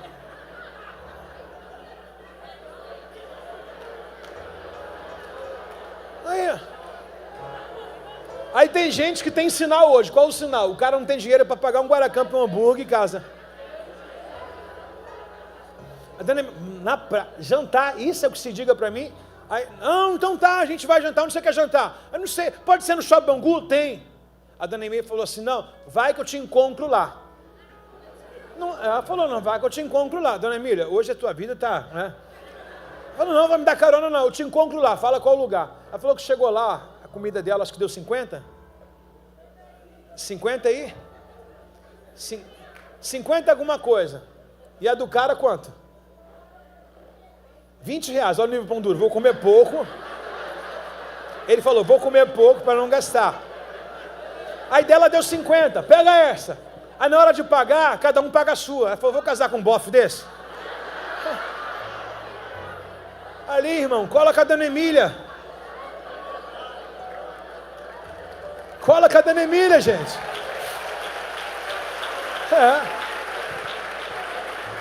E o bilhete é verdade. O bilhete é verdade. O cara falou, cada um paga a sua, falou, tchau. Mas tem gente com esses sinais na vista, está dando mole ainda. Ai, Jesus, nos ajuda, Senhor. Posso completar aqui, por favor? Vamos lá, no verso 11. Terminei, verso 11, 12. Depois, dona Emília. Verso 13. Além disso, aprenderão a se tornar as mulheres mais jovens, tá? Dizendo ser viúva, vão quebrar o compromisso que fizeram, e depois, além disso, elas aprenderão a se tornar ociosas, e andar em casa, fazendo fofoca, intrometendo-se em assunto alheio, falando do que não deve. Portanto, aconselho que essas viúvas mais jovens se casem, e tenham de novo filhos, e tomem conta do seu próprio lar, então o inimigo não poderá dizer coisa alguma contra elas, pois, de fato, algumas já se desviaram e agora seguem a Satanás. Quando o texto diz, alguns se desviaram, agora seguem a Satanás, é o seguinte, eram mulheres santas, puras, elas entregaram o seu corpo a outros deuses, Deus da sensualidade, e agora estão aí, pulando de galho em galho, fazendo fofoca. E aí fulana, sabe quem eu peguei ontem? Aquele bofe, esse nível que a gente vê. Aí entra no zap, entra no outro, fica flertando um outro, seja homem, seja mulher, e acaba sendo de uma mulher, parece até que quando era casada era escrava. Não, agora eu sou liberta, sou livre, agora saiu do casulo, né? Agora está voando até demais. Parece até que o casamento do marido, do antigo, era um peso. Por quê? Porque agora está fazendo coisas terríveis. Ao ponto de o texto, se não fosse a Bíblia, dizer assim, se tornaram prostitutas. A Bíblia é muito educada em falar dessas mulheres. Falaram apenas que elas vivem de casa em casa, em porta em porta. No máximo que a Bíblia chamou foi ela de fofoqueira, falando da vida dos outros. Menina, aquele homem é casado, mas se me der mole eu pego. É um nível que está aqui. Ué, vai na porta dos outros fazer o quê? Falar do quê? Dos homens casados. Mulheres viúvas não querem homem solteiro, querem homens casados. É a realidade do mundo de hoje, gente. Mas o texto diz que ela entregaram a Satanás. O que Satanás quer? Por que você diz isso, pastor? Porque Satanás ele quer destruir as famílias. Então entregar essas mulheres apenas para um homem solteiro não vai fazer mal para ninguém, apenas para eles dois mesmos. Mas Satanás quer, através de um desviado desse, que outras famílias sejam destruídas. É verdade ou não é, irmãos? Sim ou não, irmãos? A gente sabe disso. Versos número 16, se alguma irmã na fé tem viúva da sua família, deve tomar conta dela e não sobrecarregar a igreja. Que texto maravilhoso. Repete comigo. Se alguma irmã ou irmão tem na família uma mulher viúva, deve tomar conta dela e não jogar na conta da igreja. Uau! Está entendendo? Tem que ter pulso para ser pastor, para ser líder. Porque tem que dar um não e tem que dar o sim para quem de fato é para dar o sim. Não adianta ser politiqueiro aqui, meus irmãos, querendo fazer aqui o texto, eu quero estar bem com todos. Meu irmão, está bem com todo mundo, está mal com Deus, está mal com o mundo.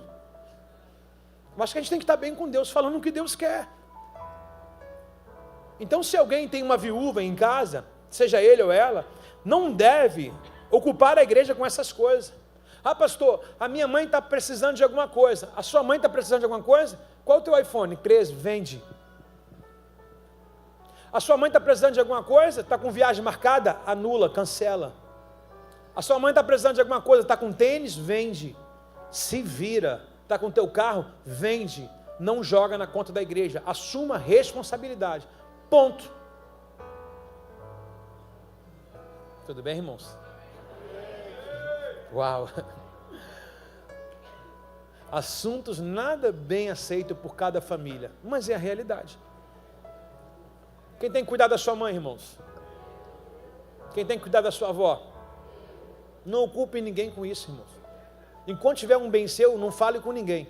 Vai te fazendo teus bens. Porque onde está o teu tesouro, estará o teu coração. Talvez seja isso que Deus quer ensinar para você. Botar você para desapegar de alguma coisa. Aí o texto muda a tônica. Lembra lá? Por favor, bota lá o título, por favor. Lê para mim o título, tem mais 10 minutos. Ou até Jesus voltar. Qual o título de hoje? Qual o título de hoje? Injustiças. Vamos lá. As pessoas mais zombadas de hoje, que ninguém está aqui na Rehobote por falta de profissão. Todos os pastores têm as suas profissões. E todos nós, ou a maioria, ainda não um caso, se abdicaram das suas profissões para servir ao reino. E a Bíblia vai dizer agora sobre a liderança da igreja, aqueles que exercem. Vai trazer uma tônica, aqueles que usam a palavra, aqueles que pregam a palavra. E agora vocês vão acabar com o argumento de Satanás, vai nos ajudar. Porque o que falam vocês acreditam, tolos, parece que não conhecem a Bíblia, parece que tem algum vadio na igreja, andarilho aqui, que não tem profissão, que não sabe da vida. Irmão, todos nós temos família, todos nós precisamos comer, vestir igual a vocês. Afinal de contas, um pastor da igreja é igual a você que é pai de família na sua casa. A gente não é diferente de nada. A gente apenas botou a cara para bater falando a verdade. Mas se a gente estivesse no seu lugar, seríamos confortáveis. Mas a gente é apontado demais. E nessa carta, Paulo vai dizer qual é a consideração que é a igreja, todos vocês, a não ser que eles são filhos do cão mesmo, nasceram para ser ruim, tem que tratar os seus pastores. Vejam bem, você sabe muito bem que não é proposital, é uma carta consecutiva. E eu rasguei tônica aqui falando de viúva e falando de costumes de irmãos e irmãos. Agora, cabe aqui a Paulo agora ensinar Timóteo sobre o que Timóteo. Ai, Paulo, se eu for para a igreja, e se a igreja me remunerar, e se a igreja me der, o que os irmãos vão falar? Eles se calem. Olha o que Paulo vai dizer para Timóteo, no verso 17. Presbítero, para todo o Antigo Testamento, é pastor. Bispo, presbítero e pastor é a mesma função. Na igreja presbiteriana, um pastor, ele é chamado de presbítero, tá legal? É um pastor residente, não é um pastor itinerante. é um pastor fixo da igreja, ele é chamado de presbítero. O presbítero que fazem bem o seu trabalho deve receber honra dobrada. Repetindo, verso 17, desculpa, redobrada. Falei dobrada, desculpa, errei, né? Um presbítero, obrigado. O presbítero que faz bem o seu trabalho deve receber honras redobrada. O que é redobrada? O dobro. Redobrada, o dobro. Redobrada, o dobro, ou mais. Ou mais. O dobro. Eu estava nos Estados Unidos e um pastor me chamou a atenção disso. Ele falou assim: olha que loucura, a mente americana. Um pastor tem que ganhar mais do que o dobro do maior membro que tem o maior salário da igreja. Quem concorda com isso? Ah, para, você está dando lugar a Satanás, não concorda nada. A mente brasileira é uma mente muito medíocre. Nos Estados Unidos, o carro dos pastores são igual ao dos membros. Os pastores devem morar bem, não vou muito longe não, passar para a Zona Sul, se um pastor chegar a pé, a igreja quer ver um nível de prosperidade do pastor para servir. Aqui, na zona pobre, é o seguinte: eu tenho que rir, o pastor tem que chorar, o pastor não pode ter nada. É a sua mentalidade de gente que ainda não venceu, de gente que ainda não entende a Bíblia. Ninguém está prosperando em cima de você em coisa alguma. Olhe para o que é seu. A Bíblia diz em Hebreus 13, 7, olhe o estilo de vida dos seus pastores e imitem ele. Você sabe muito bem, tratando de mim, vou deixar os outros aqui, mas falando de mim, a minha vida empresarial é uma vida sem sombra de dúvidas de ninguém reclamar de nada. Eu tento implantar isso na vida da igreja. Eu sempre coloco a igreja no nível da prosperidade e nunca perder a essência de Deus. Sempre, de tudo que eu aprendi na vida. Eu e minha esposa, de bar de loja, com 56 funcionários, vários CNPJ, gente, dá para fazer, etc e tal. Aí Deus chama a gente ao ministério. Mas eu não posso ter um carro. Mas eu já tinha. Mas eu não posso morar bem. Mas eu já morava. Aí eu tenho que empobrecer para servir a igreja e para que você possa confiar em mim. Olha para cima, por favor, olha para o chão. Deixa eu fazer um sinal de banana aqui. Fala sério, irmãos. Será que tem que chegar a esse nível de rebaixamento, sabe? De rebaixamento, porque o pastor não pode ter. Olha o que a Bíblia diz sobre nós, de forma legítima, e ninguém entrou aqui pobre. Pelo primeiro, para você entender, os primeiros pastores que tem aqui, que não eram pastores, eram os maiores dizimistas da igreja que fazia a obra toda acontecer. Aí não pode, o pastor não pode. Outro dia eu vi uma católica, meu irmão, até o católico, o demônio pegou no católico agora. Porque eu fui comprar carro de uma menina, e ela era católica, e estava evangelizando ela, eu, a Bárbara, na casa dela, no marido. Aí ela vende carro, zero, na concessionária. Achei um absurdo, o padre da paróquia foi comprar um carro, aí falou assim: é para a paróquia? Não, para a paróquia não, para mim, eu quero o melhor carro aqui. Ela achei um absurdo, dinheiro dos fiéis. Eu falei: isso não é católica aqui nem no inferno, isso é cantólica.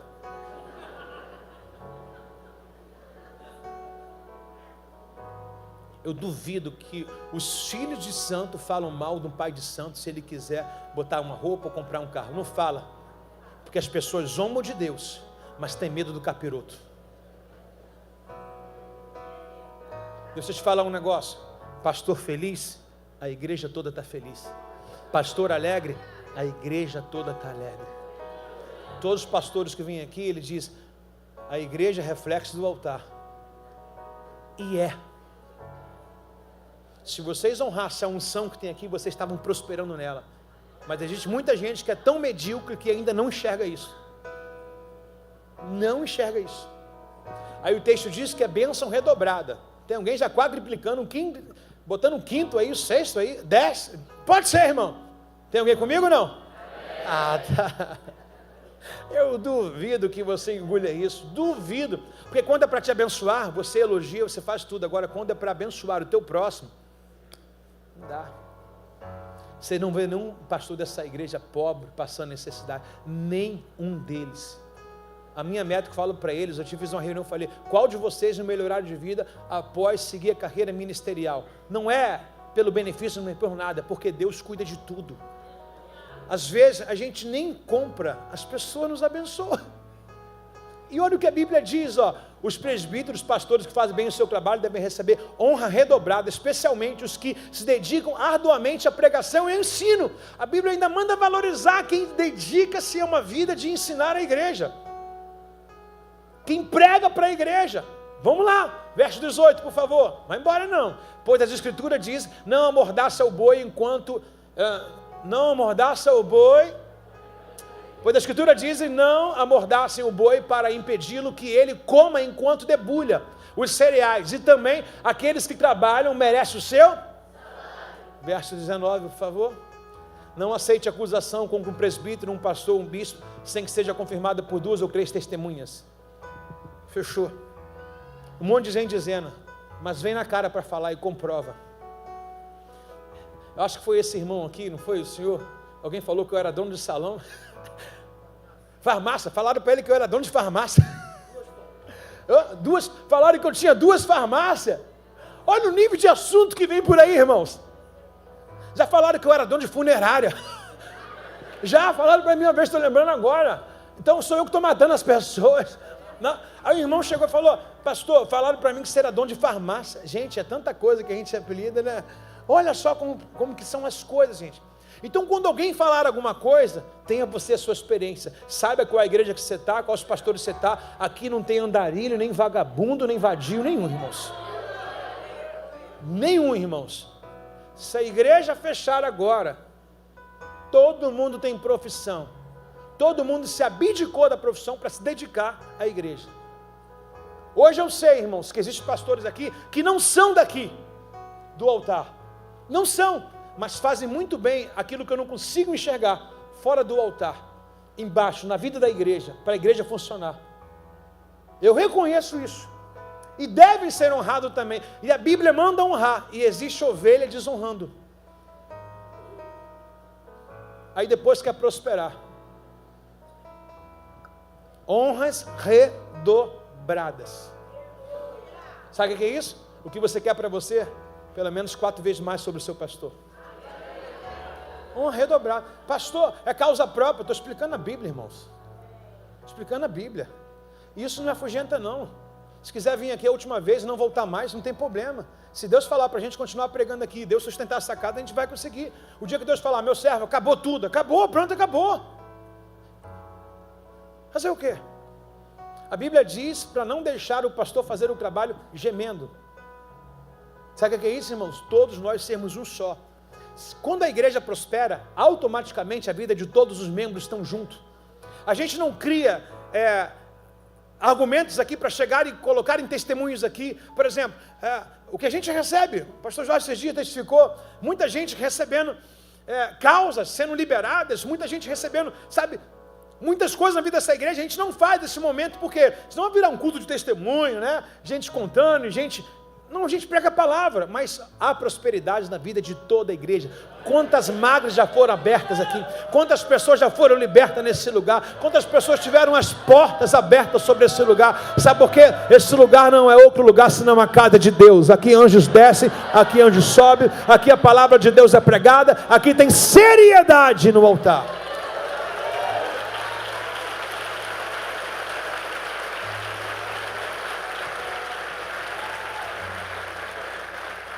Tem uma discípula nossa que está aqui, deve ter ido embora agora, que ela está indo para outra cidade. Ela já foi líder com a gente, ela me mandou um áudio desse tamanho, ontem testificou. Estava com ela ontem no casamento, ela disse, pastor, se todo mundo soubesse que é Rehobote, acho que as pessoas precisam sair da Rehobote para depois valorizar e voltar melhor. Porque eu estou numa igreja, e a melhor é a igreja de onde eu estou morando. A melhor é a igreja. Até meu marido, que não é crente, que foi de vez em quando na Rehobote, olhou para mim depois de um culto e falou, Rehobote é diferenciada. Na melhor igreja do bairro, o marido que não é crente falou assim, Rehobote é diferenciada. Ela falou, pastor, eu estou penando para fazer parte de uma célula. Aqui se eu faltar, o líder fica... Pastor, eu faço parte do grupo da liderança. Termina um culto, você pergunta quem foi, quem não foi, justifica no privado. Pastor, não está nem aí. O líder de célula nunca me ligou. Pastor, todos precisam sair da Rehobote para voltar melhor.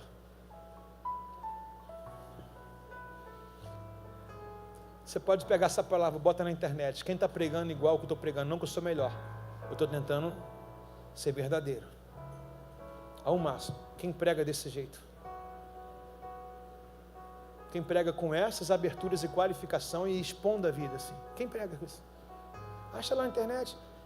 Eu dou 24 horas para você achar algo que seja tão claro e evidente como a Bíblia quer que seja, que ser comparado. Não que eu sou o melhor.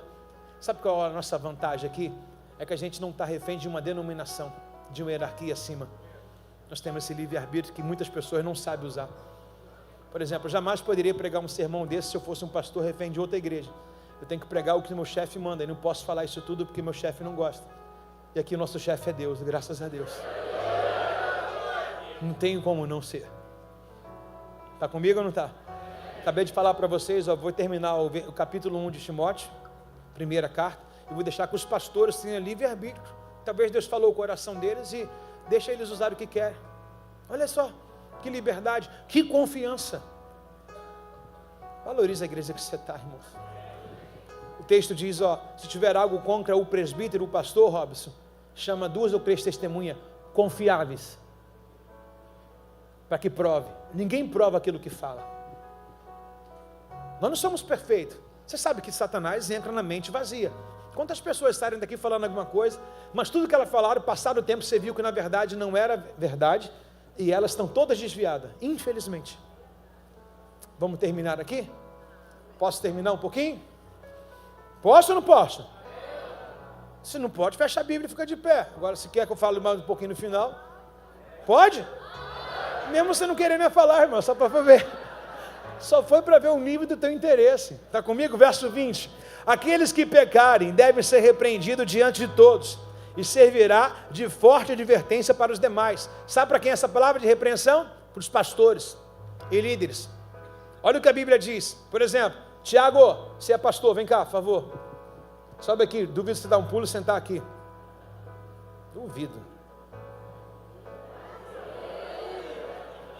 Quantos anos você tem, Tiago? Tiago, você errou.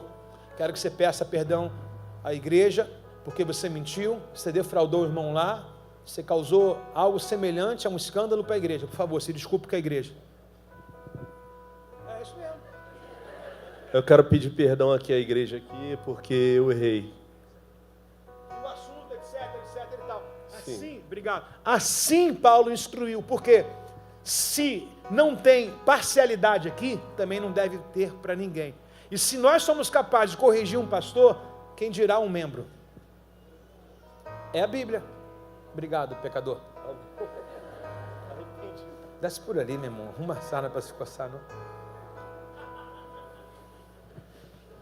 É o que a Bíblia diz. Mas hoje não pode repreender mais ninguém, tem que falar num canto secreto sozinho. Há muito é dado, muito é. Decidiu ser líder, vai ter a vida exposta. Então não faz nada, irmão, fica no anonimato. Mas a liderança precisa ser exemplo, para que todos os fiéis vejam que não há peso na balança, injustiça sendo cometida. Quer dizer, se o pastor errar, trata debaixo do pano, mas o membrozinho lá, expõe para todo mundo ouvir. Não, tem que ser para todo mundo, e pior ainda, para aqueles que exercem a função de liderança. É o que Paulo instrui para Timóteo. Tem coragem? Tem coragem ou não tem? Deixa eu perguntar, tem coragem ou não tem? Tem que ser feito. Tem que ser feito, tem que ser chamado a atenção na frente de todos. Ah, pastor, mas hoje está dando tanto processo. Problema do processo, vamos olhar para a Bíblia, irmão.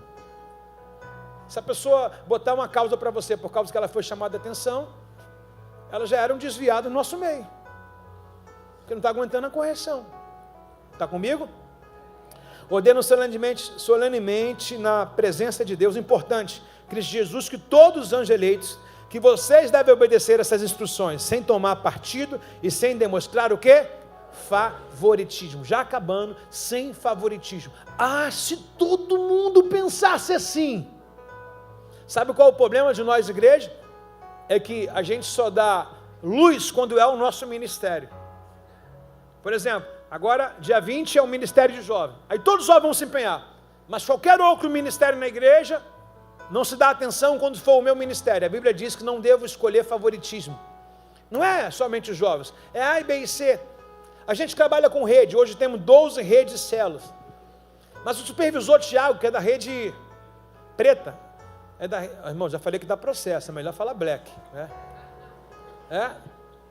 É da rede black, talvez ele quer favoritismo, ele só olha para a rede dele. Não, ele deve também dar atenção a todas as outras redes, porque todas as outras redes fazem parte do mesmo corpo. E o que Paulo chama a atenção de Timóteo? Sem favoritismo, já começa com Timóteo. Timóteo, não tenha favorito você, para que a igreja também não faça isso. E o que a gente mais tem é o meu grupo, o meu grupo, o meu grupo. Favoritismo. A coisa mais infernal que existe nessa igreja é os bancos sendo marcados. Aí outro dia alguém botou a bolsa de alguém, aí alguém quis, não, isso é terrível. Aí alguém foi sentar, não, porque aqui é o fulano, que fulano está aqui? Não, então me dá licença. A gente é muito esquisito, irmão. Hoje gente esquisita é crente, irmão. Mas é muito maneiro também, né, dona Emília? A gente vai do céu ao inferno com a velocidade, irmão, entendeu? Do céu ao inferno com uma velocidade absurda, absurda. Então a gente é cheio de favoritismo, irmão, cheio de favoritismo. A gente não pensa no próximo. Por exemplo, tem uma fila de comida, o cara entope, meu irmão, um prato de comida. Já falei sobre comida, inclusive quero reforçar. Teve encontro de mulheres no sítio, que eu vi a irmã saindo com um prato aqui, com uma bandeja aqui, um negócio, com a maçã pendurada aqui assim, ó, aqui uma banana assim, ó. Mulher, mano, mulher. Então a gente vai botar um prato, tem um monte de gente. Aí eu quero botar lá o máximo lá, e olhei a fila grande e não penso no próximo. Preciso pensar no próximo, irmãos. Preciso pensar no próximo. Isso é ser humano, isso é ser crente, isso é papel da igreja. Tem alguém comigo? Não? Demonstra que você está comigo aí, por favor. Diga, sem favoritismo. Paulo dá mais um conselho para Timóteo, o penúltimo. Não se apresse a nomear líder. Não participe do pecado da lei e mantenha-se puro. O que Paulo diz para Timóteo? Timóteo, evite precipitações, procure os caráter ilibado. Caráter ilibado significa qualidade de vida íntegra. Então Paulo coloca para Timóteo o seguinte: vai botar alguém no ministério, não se precipite, não olhe a aparência, tá? Procure qualidade da pessoa com a vida íntegra. Não beba apenas, olha só que coisa incrível do último culto e agora também, não beba apenas água. Uma vez que você fica doente com frequência, tome um pouco de vinho por causa do seu estômago. O vinho, mais uma vez, tentando aqui colocar para os 30 e poucos irmãos que vieram aqui, o vinho não é esse vinho que as pessoas bebem aí, tá? Era uma questão mais antiga, contemporânea, que era um estado de saúde. O vinho era um remédio também colocado. E o Timóteo tinha uma úlcera no seu estômago que possivelmente, se ele bebesse água direto, ele estava em jejum. Então Timóteo buscava a vida espiritual, bebia sua água, fazia um jejum de água. Aí Paulo falou assim: poxa, Timóteo, você está fazendo o que agrada a Deus, mas cuidado do seu físico também. Então Timóteo fazia jejum, agradava a Deus, e Timóteo aplaudia isso, mas falou: cara, mas você tem que ter saúde para o evangelho ser pregado ainda contigo por muito tempo. Beba também um pouco de vinho misturado à água, que o quê? Precisava cuidar da úlcera dele. Então, mais uma vez, a Bíblia mostra para a gente um nível de espiritualidade e também um nível de saúde no físico também. Posso ouvir um amém de novo? A Bíblia se importa com o estado físico, com o estado também da saúde. Por isso que a gente está nessa pegada aí, e muita gente vai viver um novo tempo na sua vida, no nível da saúde, amém? Agora, os 2 versículos finais, ele fala as considerações finais. Vejam bem, por favor. Lembre-se de que o pecado de alguns são evidentes, ou seja, alguns de vocês já conheceram o pecado dessas pessoas, são evidentes, são visíveis, né? O seu julgamento é inevitável. Há outros, porém, cujos pecados só serão revelados mais tarde. No fim da nossa caminhada, nós iremos conhecer quem é quem. O tempo vai revelar para a gente quem é cada pessoa, mas ele deixa uma recomendação para nós, para mim e para você. Pode levantar a mão que é bênção. Levanta a irmã que está no queixo, pode levantar lá em cima assim, levanta a mão que é benção, levanta a mão que é benção. E esse versículo, que seja o versículo final, para nós sairmos daqui ricamente abençoados. E diz ele assim, ó: da mesma forma, as boas obras de alguns são evidentes, e outras são feitas em secreto. Um dia todas elas serão conhecidas.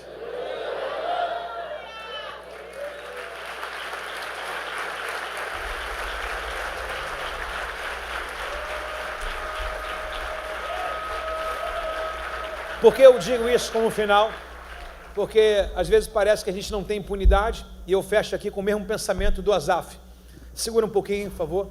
O Asaf, ele olhou o cara de fora prosperando e ele como igreja definhando. Parece que a obra dele, Deus não prosperava, e a quem era perverso, Deus prosperava. Por que o texto diz para a gente? Da mesma forma, as boas obras de alguns são evidentes, já se tornaram realidade, e outras estão em secreto, mas um dia serão reconhecidas. Por quê? Porque existe muita gente boa ali, né, que não quer mais fazer o que é certo, porque está vendo o erro dos outros. O que a Bíblia termina dizendo para a gente? Continue a fazer, independente de você não gostar de alguém do seu ministério, de alguém do seu grupo, não cooperar com você. Por quê? Assim como o que é ruim dele um dia será exposto, o que é bom seu um dia também será reconhecido. Eu conheço muita gente que não produz porque está chateado com alguém que não faz. O que a Bíblia ensina? Deixa que as obras dele vão vir à tona, mas quando a sua vier,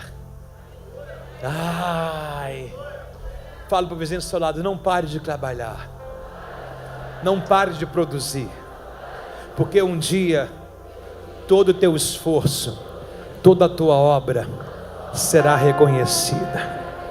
Cada um vai colher segundo a sua semeadura. Dá um abraço no seu vizinho do seu lado, por favor. Uau! Abraça mais forte ele. Agora, se você pode, põe ele de pé abraçado aí, dá um aplauso para Jesus. Vamos adorar o que é digno de louvor, de adoração ao Rei. Dá uma salva de palmas para o Senhor. Põe a sua mão acima da sua cabeça. Ele é o Rei, Ele é digno.